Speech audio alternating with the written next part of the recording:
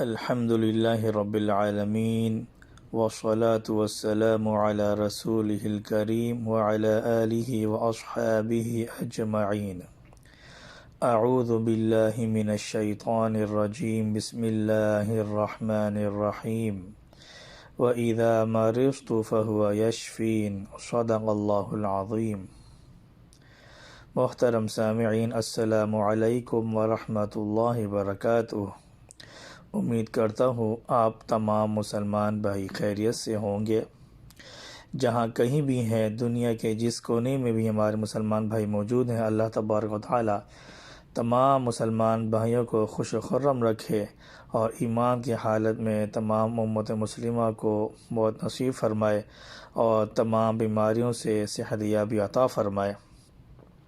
جزاکم اللہ احسن الجزاء۔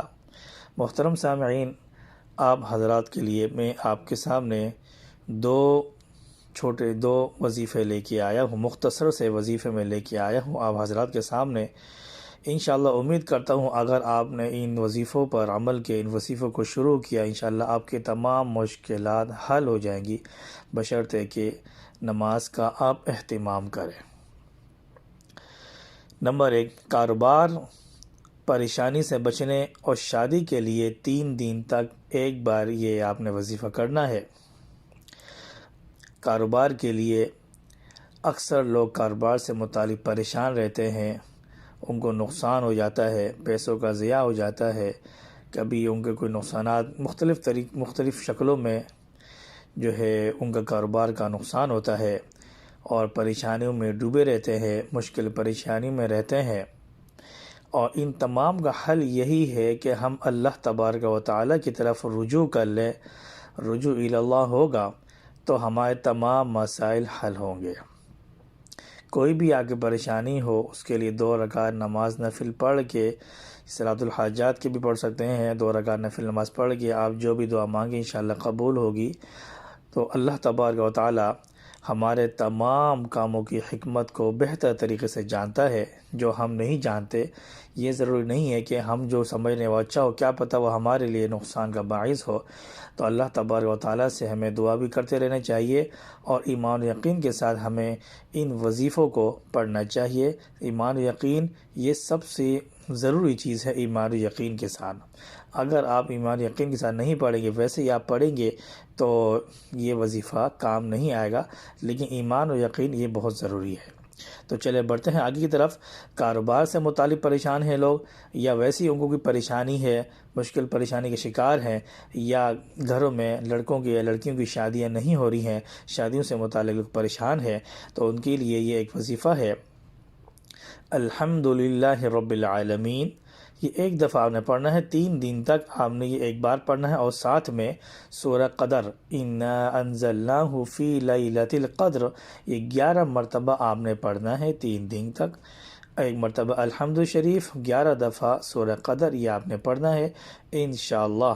ایمان و یقین کے ساتھ ان کو پڑھیں اور انشاءاللہ اللہ تبارک و تعالی آپ کے کاروبار کی جو مشکل پریشانی ہے ان کو دور فرمائے، شادیوں سے متعلق جو پریشانیاں ہیں ان کو دور فرمائے، اور آپ کے اولادوں کی شادی اچھی جگہ ہو جائے۔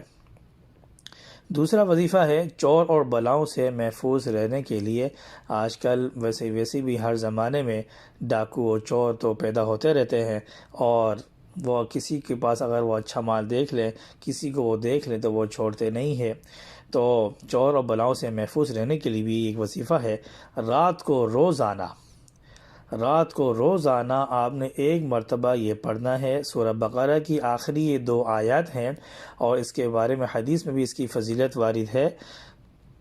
آمن الرسول بما انزل الیہ من ربہ والمؤمنون کل آمن باللہ وملائکتہ وکتبہ ورسلہ۔ یہ آپ نے آخر تک آپ نے پڑھنا ہے، روزانہ 1 دفعہ آپ نے پڑھنا ہے۔ عشاء کی نماز کے بعد بھی آپ پڑھ سکتے ہیں، اس کو آپ معمول بنا لیں کہ آپ نے روزانہ رات کو سونے سے پہلے لازماً اس کو 1 دفعہ پڑھنا ہے۔ انشاءاللہ تمام بلاؤں سے، تمام پریشانیوں سے، تمام چوروں سے، ڈاکوؤں سے محفوظ رہیں گے اور آپ کا مال محفوظ رہے گا۔ اللہ تبارک و تعالی سے دعا ہے اللہ تبارک و تعالیٰ تمام مسلمانوں کو صحت یابی عطا فرمائے، اور جہاں کہیں مسلمان آباد ہیں اللہ تبارک و تعالیٰ ان کو اپنے فضل و کرم سے خوش رکھے، آباد رکھے۔ السلام علیکم ورحمۃ اللہ وبرکاتہ۔